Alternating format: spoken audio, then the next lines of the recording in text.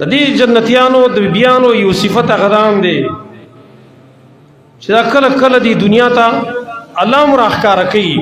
الله د دنیا حالات د جنتیانو د کمی بیان چې الله ورته تیاری کړی د حالات ته الله خي. د یو روایت ترمذی کې راغلی دی نبی صلی الله علیه وسلم فرمایي لا تؤذي امرأة زوجها،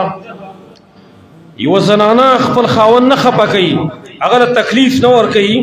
په دنیا په دنیا کې الا قال زوجته من الحور العين، مگر کما بیبي چې د او کما خزه د چې په جنت کې را چې هغه د حور د غټو سترګو والا ده هغه سوې د هغه ته حالات الله خي چې ور پلانې بنده چې مؤمن دې سره خپل کور والا خبره واړولې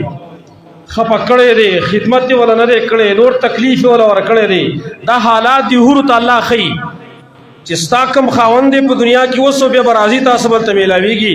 نه خپل خزر سي خپه کو. نو نبی صلی الله علیه وسلم فرمایي دغه حور چې کم دا ندال توي اسیو خطاب کوي دا خو دنیا خزي خدا او خاصي وي لا تؤذيه قاتلك الله، دا مخبه کوا دا کوم مؤمن بنده چې دا مخبه کوا الله تعالی هلاک کی فانما هو عندك دخيل، دا خو سره مسافر دی یو سورزو یوشک و یفارقك الینا ان قریب دا سان راجو کی دوه موږ تر روان دی ولی خپه کیدا